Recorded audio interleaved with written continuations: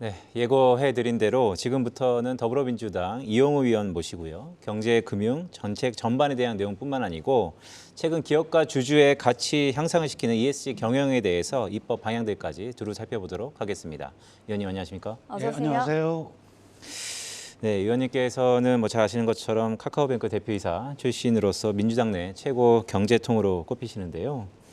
최근 취약계층 관련돼서 금융부채에 대해서 언급을 자주 하고 계시더라고요. 자, 어떻게 바라보고 계시고 어떤 문제점들을 좀 보고 계십니까? 최근에 이제 금리가 많이 올라가고 기준금리가 상승을 하게 되면 사실 우리나라 가계부채가 굉장히 큽니다.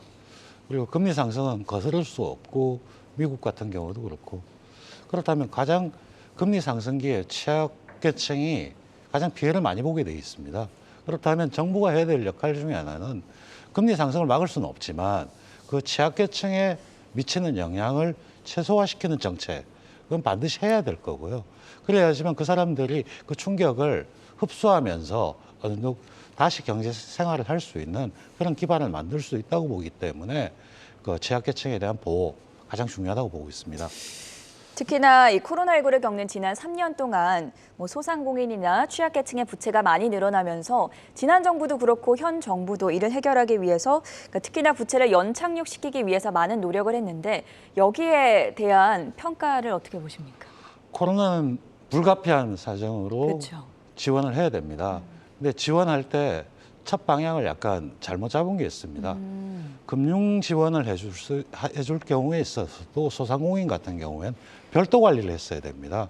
근데 문재인 정부 때, 저희 정부 때 사실 은행을 활용했었거든요. 네. 은행을 통해서 했는데 한편으로는 가계부채를 관리하는 것과 가계부채를 관리하는 대출을 줄이는 방향이잖아요. 한편으로는 소상공인을 지원하는 방향 두 개가 섞여 있다 보니까 제대로 관리가 되지도 않았고요. 그리고 소상공인의 입장에서 보면은 예를 들어서 지원금융을 1,000만 원을 받고 있다. 그럼 본인의 대출 한도가 2천만 원이라면 1,000만 원밖에 추가적인 대출을 못 받는 상태인데 그걸 국가의 기금이나 이런 별도 관리를 했다면 오히려 은행한테도 명확한 목표를 줄 수가 있었고 이걸 딱 별도 관리를 하면서 연체가 어떻게 발생하는지 체크할 수 있었을 겁니다. 그런 부분이 좀 미흡한 부분이 있었던 것입니다. 말씀 주셨던 거를 쭉 복귀해 보니까 사실 전 정권에서 그걸 구분했어야 된다. 그런데 가계대출로 같이 통합된 거는 아무래도 부동산이 가계대출에 영향을 미쳤으니까 부동산을 먼저 잡기 위해서 어떻게 보면 불가피한 나비 효과라고 인식을 해도 될까요? 그런 측면이 있긴 하지만 코로나19는 별개의 문제이기 때문에 별도로 관리해야 되고 그걸 기금으로 라든지 정부 재정이 일정 정도 커버해 줘야 되는 부분이었거든요.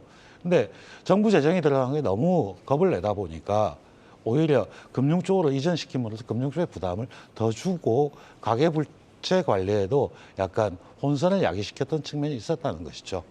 네, 말씀 주셨던 것처럼 일말에 약간의 혼선이 있었다라고 저희는 이해하면 될 것 같습니다. 자, 의원께서는 최근에 소상공인의 부채의 경우에 재정을 더 투입해서 지원 범위를 넓혀야 한다라는 이런 조언을 하셨는데 사실 이미 여러 차례 기금이 투입되었고 도덕적이까지 얘기가 나오는 상황인데요. 이걸 어떻게 좀 봐야 될까요? 사실 기금이 투입된 건 별로 없었고요. 현재로서 소상공인에 관련돼서는 그 추가 경영 예산이라든지 해서 신용 보증이라든지 신용 보강을 통하거나 정책 금융을 했던 것이죠. 근데 사실 그걸 좀 연장을 해준다고 하더라도 경기가 살아나고 그 사람들이 그 빚을 갚아야 되는 상황이 되어야지만 제대로 경제 활동을 할 수 있는 상황이거든요. 그런 측면에서 본다면은 지금 특히 금리가 올라가는 상황이라고 할 땐 그런 쪽에 좀 두툼하게 보강을 해줘야지만 그 사람들이 안심하고 경제생활을 할 수 있다는 것이죠. 그게 필요하다고 보는 겁니다. 최근에 가장 논란이 되는 부분 중에 하나가 바로 배드뱅크인데요. 새출발 기금이라고 이름이 붙였는데 이런 소상공인 새출발 기금에 대해서는 어떻게 생각을 하고 계시나요? 처음부터 작년에 대선 과정에서 제가 이재명 후보 공정시장위원회였었는데요. 그때 소상공인한테 나간 대출금을 정부가 다 사들이자. 서민금융진흥원이나 그렇게 되면 은행은 대출 여력이 좀 더 생기는 거고요.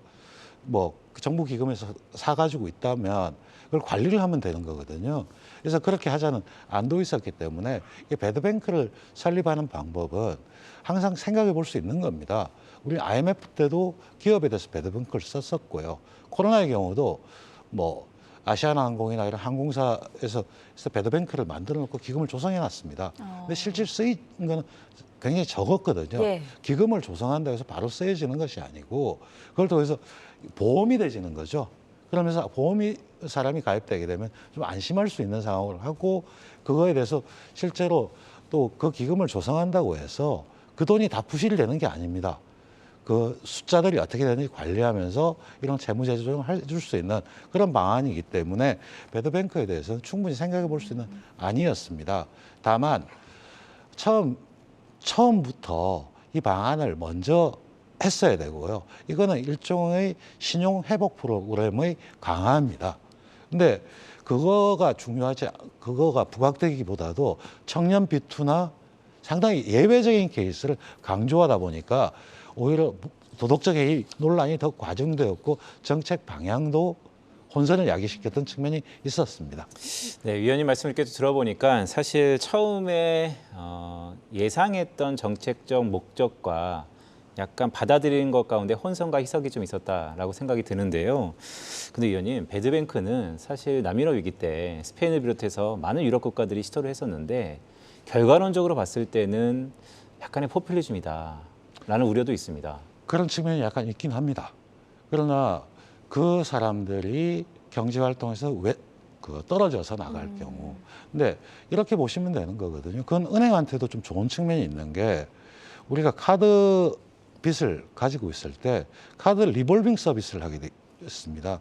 그러니까 결국 빚은 다 줄여주는 건 아니지만 갚는 양을 시간에 따라 나눠줌으로 해가지고 그 사람이 경제활동을 할 수 있게 하는 거거든요. 만약에 거기서 빚을 못 갚으면 신용불량자가 되고 경제활동에 제외됨에 따라서 경제 활력이 떨어지는 측면이 있기 때문에 그걸 두 가지를 같이 봐야 되는 겁니다. 네, 되게 민감한 문제라서 제가 하나 더 여쭙겠습니다. 사실 빚을 유예시켜주는 것은 매우 긍정적인 것 같습니다. 하지만 리볼빙 얘기를 하셨기 때문에 리볼빙의 금리는 엄청 높잖아요. 사실 이거는 유예시켜주는 게 아니고 더 큰 빚을 주는 거다에 대한 시각에 대해서는 어떻게 생각하세요? 그러니까 그 부분에서 리볼빙을 할 때 일반 카드사는 금리가 굉장히 높죠.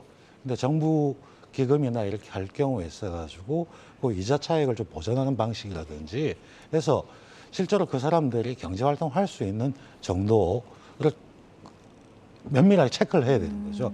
그렇기 때문에 사실 이런 걸 할 때에서는 굉장히 디테일한 내용을 파악하는 게 중요합니다. 근데 지금 정부가 지금 계속 발표하는 내용이 보면 처음에 큰 꼭지를 이야기하다가 무슨 얘기하면 작게 우리가 그런 뜻이 아니었다 이렇게 얘기를 하는데 네. 전체 그림이 안 나온 상태입니다. 지금도 보면 부실차주 원금 탕감에 대해서 그 기준이 뭐냐라고 그렇죠. 했더니 아직 발표를 못하고 있습니다. 근데 그건 충분히 이해가 됩니다. 만약에 기준을 발표하게 되면 대부분의 차주는 거기에 맞춰가지고 자기 바뀔 테니까요. 맡기기 때문에 그건 충분히 이해할 수 있지만 목표와 실제 커뮤니케이션은 명확하게 돼야 되는데 그런 거 없이 상당히 대중적으로 관심을 끌는 포장에 관심이 너무 많았다고 생각됩니다. 네, 위원님 말씀 들어보니까 사실 정책 입원자들의 가장 큰 고민일 수도 있는 것 같습니다. 자, 위원님이 두 발로 선 경제라는 책을 쓰셨어요. 거기에 공정 그리고 혁신을 강조하셨는데 자, 이럴 때야 비로소 그런 큰 틀이 좀 필요해 보입니다. 큰 틀은 어떻게 좀 정립해야 될까요? 사실 보면 혁신은 공정을 바탕으로 나올 수밖에 없습니다. 시장 질서가 명확하고 그 최소한의 질서를 지켜줄 때 각각이 이제 새로운 것들을 추구하게 돼 있거든요. 근데 이런 것들을 보시면 됩니다. 이제 우리 정부에서도 좀 문제가 되고 있는 부분인데 규제를 완화하면 혁신이 일어나는 것이 아니고요. 오히려 규제가 명확할 때 혁신이 나타납니다. 예를 들면 요즘 전기 자동차가 왜 생길까요? 내연 자동차 언제까지 생산하지 못한다. 그러니까 내연 자동차가 아닌 그걸 대체할 수 있는 새로운 것들을 개발하게 되어 있습니다. 그래서 전기 자동차를 생산해라고 하는 것이 아니라 최선 환경을 위해서 내연 자동차는 언제까지 쓰지 않는다 하는 순간 민간 주체는 그걸 극복하기 위해서 새로운 R&D를 하게 되어 있거든요. 그러니까 바로 이런 시장 질서에 대해서 명확한 그 질서를 설정해 준다면 민간 주체는 그 환경 내에서 새로운 혁신을 일으키는 것이죠. 네. 자, 취약계층의 금융부채 그리고 소상공인의 새출발 기금에 대한 여러 평가들 먼저 저희가 들어봤고요. 조금 전에 발언들과 좀 결을 같이 해본다면 ESG에 관해서도 이야기를 나눠보면 좋을 것 같습니다.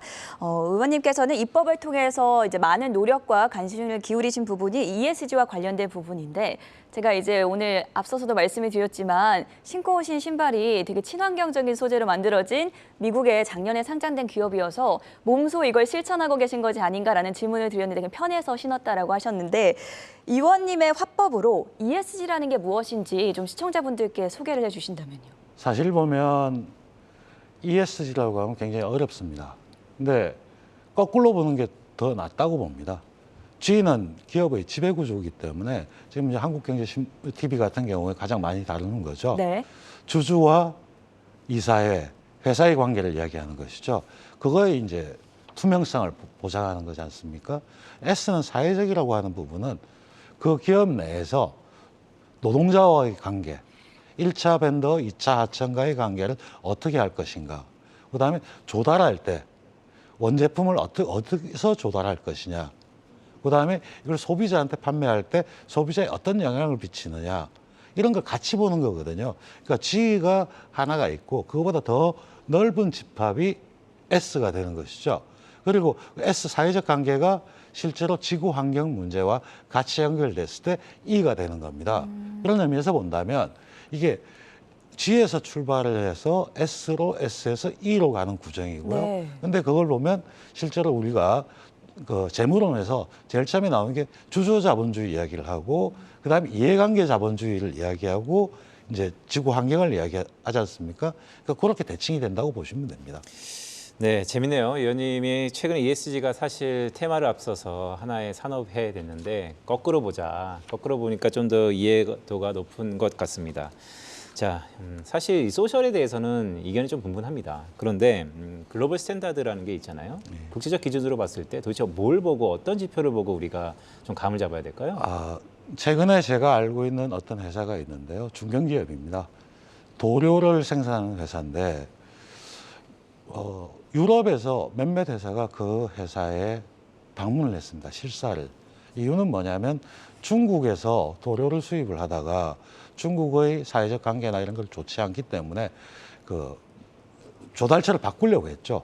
바꿨을 때 여기에 방문을 해서 도료를 생산하는 데 있어서 재료의 처리는 어떻게 하는지, 폐수 처리는 어떻게 하는지, 노사 관계에 있어가지고 그 노동 근로 시간은 얼마를 하고 이런 걸 하는지 체크를 해서 그들의 수준에 맞지 않으면 수입을 안 합니다. 네. 그 정도로 지금 이제 글로벌한 관계에서 S라든지 이런 부분은 누가 하라고 해서 하는 것이 아니라 자신이 생존하기 위해서 하는 그런 상태로 변모하고 있는 것입니다. 교육 관계에서도 마찬가지입니다. 요즘에 있어서 어떤 교육 물건을 수출할 때 있어도 그 회사의 근로관계가 어떠냐 이런 걸 보게 돼 있거든요.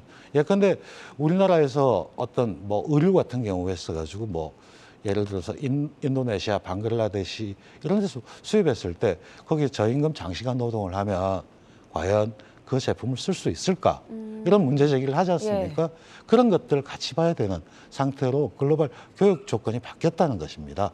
근데 실제로 우리나라 기업들을 보면은 ESG 가운데 E에만 너무 초점을 맞추고 S나 G는 좀 미흡하지 않습니까?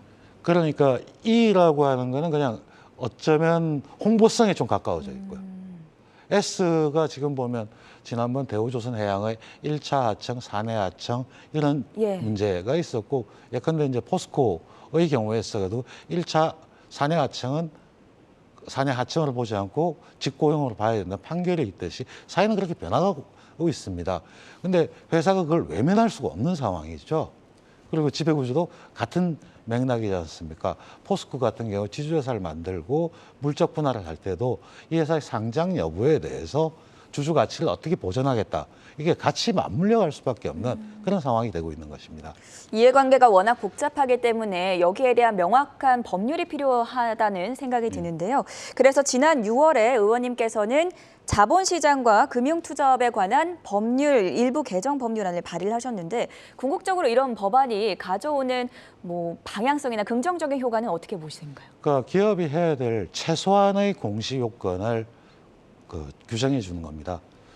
그러니까 기업 입장에서 보면 가장 중요한 게 불확실성이 없고 예측 가능성이 있어야 되거든요. 그러면 ESG를 한다고 하면 내가 재무제표 외에 기재할 사안들이 앞으로 무엇이다는 걸 명확하게 해주는 게 필요하고요. 그런 게 시행령이나 이렇게 규정을 지어야 되겠죠. 그 기초가 되는 거고요. 근데 그렇게 하려고 하면 기업은 부담이 됩니다. 부담이 될 때 바로 정부와 국가 아니면 협회에서 해줘야 될 거 부담을 어떻게 줄여줄지에 대한 지원책이 나와야 되고요. 그다음에 그런 것들을 했을 때 공시를 했을 때 시장에서 투자자들이 판단을 할 거 아닙니까? A라는 회사는 굉장히 잘 정리를 해서 공시를 하고 있고 B라는 회사는 좀 허술하게 하고 있다고 하면 투자자가 판단을 해서 자금이 그렇게 갈 수 있는 그런 시장 생태계를 만들려고 하면 최소한의 것을 만들어야 된다. 그러니까 저는 이런 문제에서 공시 문제에 굉장히 중점을 두는 건 최소한의 것만 하면 투자자들이나 관계자들이 평가를 하면서 네. 자금이 바뀌면서 스스로 바뀔 수밖에 없다. 그런 시장 논리를 만들어내는 생태계가 중요하다고 보는 겁니다. 네, 참 어려운 것 같습니다. 왜냐하면 최소한의 가이드라인을 주는 거고 또 기업이 ESG에 가고자 하는 방향을 철회하지 않게 끊임없이 뒤에서 서포트를 해준다는 것이 시장 논리에서는 오랜 시간이 걸릴 수 있다라는 것으로 인식이 또 될 것 같은데요. 좀 구체적으로 얘기를 해보죠. 자, 그렇다면 기업의 사업 보고서에서 ESG를 통해서 공시돼야 될 항목 구체적으로 어떤 게 있을까요? 뭐 지금 다 나왔죠. 기후변화, 노동시간, 근로관계, 안전. 그러니까 지금 중대재해처벌법 같은 경우도 우리는 어떤 걸 하고 있다. 근데 사실을 보면 우리나라의 경우와 미국 같은 경우와 다른 게 보고서에 그렇게 기재했을 땐 그걸 기재를 어겼을 땐 미국 같은 굉장히 처벌이 강합니다. 우리는 처벌이 좀 약한 편이죠. 근데 이런 부분을 정비를 해 들어가기 시작을 하면 소비자들, 투자들이 알아서 판단할 수 있게 하는 거죠. 그리고 공급망도 1차 밴드는 어떻게 조달을 하고 있고 이들과의 관계. 사실 우리나라 기업 같은 경우에 중소하청업체들이 굉장히 어려운 게 이른바 코스트 리덕션. 매년 원가를 감액을 할 때 이 감액할 기준이 뭔지 이런 부분이거든요. 이번 윤석열 정부도 그렇고 우리도 야당의 경우도 같이 하는 게 이제 하청 단가 어떻게 절감하는지에 대한 그 공정 단가 문제가 이번 가을 정기국회에 양당 공의하겠다는 아닙니다. 이제 그런 것들을 계속적으로 공시를 하게 만드는 거죠. 위원님, 근데 공정단가 문제는 참 첨예하지 않습니까? 과연 정부가 가격을 건드리는 거에 대해서는 어떻게 봐야 될까요? 정부가 가격을 건드릴 필요는 없습니다. 기준과 스스로 그걸 하면 네. 투자자나 소비자가 봤을 때 저기하고 저걸 살 수 있다, 안 살 수 있다 이렇게 판단을 하는 거지. 정부가 하는 것들은 가장 최소한이어야 됩니다. 실제로 미국 기업들이 실적 발표하는 실적 보고서들을 보면 넷플릭스나 이런 기업들은 뭐 매출이나 EPS 같은 숫자 이외에도 ESG 관련된 공시가 쭉 나열이 되어 있어서 글로벌 IB들이 평가할 때 이런 점들을 좀 주의 깊게 보는 게 인상적이었는데 그래서 우리나라 기업들도 사실 주주들이 평가할 때 과연 ESG 경영이 얼마나 주주 가치로 이어지는가 이 부분에 대해서 의문을 가질 수밖에 없거든요. 근데 그런 대표적인 케이스가 예를 들면 유니레버 같은 회사가 있습니다. 네. 립톤 티를 생산하는 그렇죠. 회사죠. 그 회사 같은 경우에 있어가지고 티는 이제 열대지방의 저임금이지 않습니까? 했을 때 저임금이 아니고 품질 얼마 이상이 되는 물건을 조달하겠다고 어느 날 선언을 했습니다. 선언을 하면서 자기들 제품들 다 바꾸기 시작을 했습니다. 예. 그 결과는 그 회사의 가치는 엄청 높아졌고요. 네. 왜냐하면 품질에 대한 고객이 옛날에 티는 대충 먹는 거다. 근데 립톤에서 나온 티는 괜찮다. 이렇게 됐던 케이스가 있고요. 또 대표적으로 잘 알 수 있는 회사가 월마트입니다. 월마트요? 월마트가 2017년에 자신들의 배송망을 봤을 때 에너지를 너무 많이 쓴다. 에너지를 반으로 줄이겠다고 하면서 트럭부터 해가지고 개조를 시작을 했습니다. 예. 그 결과 EPS는 엄청 올라갔습니다.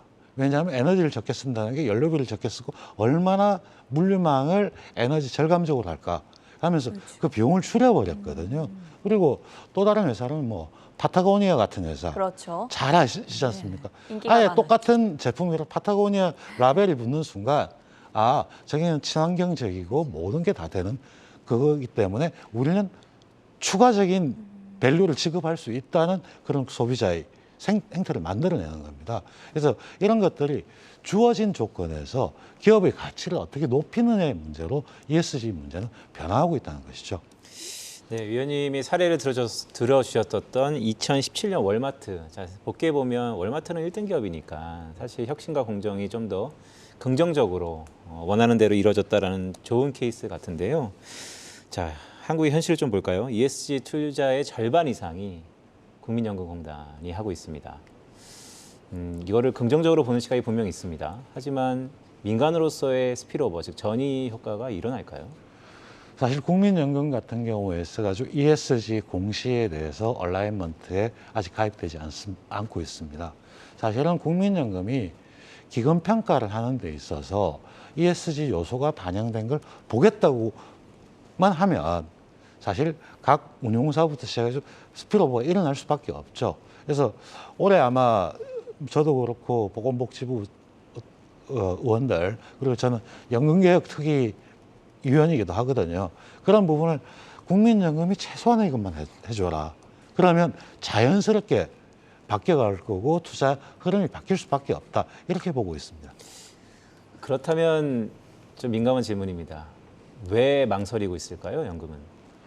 사실 우리나라 산업 자체가 에너지와 이런 쪽을 굉장히 많이 쓰는 산업이고 국민연금이 한꺼번에 이것도 이제 로드맵이 필요한 것이죠. 최소한의 어떤 절차에 따라서 어떻게 확대되는 게 있어야 되는데 사실 보면 우리 시장이 좀 급하긴 합니다.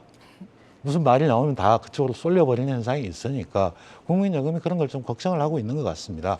그러나 해야 될 일은 어차피 해야 될 겁니다. 네, 앞으로도 올바른 ESG 경영을 통해서 주주와 기업 그리고 정부까지 모두 윈윈할 수 있는 생태계가 하루빨리 마련되기를 저희도 바라보도록 하겠고요. 마지막 주제로 넘어가 보겠습니다. 금융소비자보호법이 실행된 지 1년 반 정도가 넘겼습니다. 2021년 3월부터 시행이 됐었는데 2019년 DLF 피해 사례를 계기로 시행이 됐었죠. 1년 동안의 이 평가를 어떻게 보고 계시나요? 아직은 시작 단계에 불과하고요. 여전히 금융소비자보호는 기업의 이익, 금융업계의 이익을 해친다는 그런 시각이 많이 있습니다. 근데 만약에 그런 것들이 지속된다면 금융기관 자체의 신뢰도가 영향을 미치기 때문에 이제부터라도 조금씩 확산돼 나간다고 보이고 있습니다. 자, 위원님, 이거는 제가 전직에 현업에 있었던 입장에서 자, 금소법은 지금 대한민국의 많은 것들을 바꾸고 있습니다. 취지는 좋습니다. 하지만 그 방법이 과연 취지를 올곧이 하는 것인가에 대한 챌린지도 상당 부분 있거든요. 개정 가능성은 없습니까? 오히려 앞으로 더 이제 시행을 구체화 시켜봐야 될 것이고요. 우리가 예상치 못했던 사안이 있다면 바꿔야 되겠죠. 어떤 것들이 항상 옳다고 할 수가 없습니다. 법안이 나왔으면 그게 시행해가면서 우리가 예측하지 못한 게 나온다면 당연히 수정을 해야 될 부분이 있을 거고요. 그러나 지금 금융업계에서 명확하게 봐야 될 게 이제 금융감독원의 경우인데 감독 기능이라고 하는 것은 건전성 감독이라고 하는 하나의 방향이 있고요. 소비자 보호라는 방향이 하나가 있습니다. 네. 건전성 감독은 부실이 적고 이익이 많이 나는 게 건전성이 좋아지는 것이죠. 근데 소비자 보호는 설명을 하고 비용이 드는 겁니다. 그 이해관계는 항상 상충될 수밖에 없습니다. 근데 어느 하나가 옳은 게 아니고 시기에 따라서 어느 정도 절충이 일어나는 그러면서 그것이 경영으로 나타나는 거라고 봐야 될 것입니다. 그렇다고 해서 그런 의미에서 본다면 금융소비자 보호 때문에 뭐가 안 돼. 이런 것보다도 이건 어차피 감독 정책의 두 가지 축이다. 그리고 그거의 축이 어디로 움직이느냐. 이런 부분을 같이 봐야 되는 것을 봐야 될 겁니다. 가고자 할 통과 의례다 이렇게 받아들이는 게 좀 더 빠르겠군요. 네.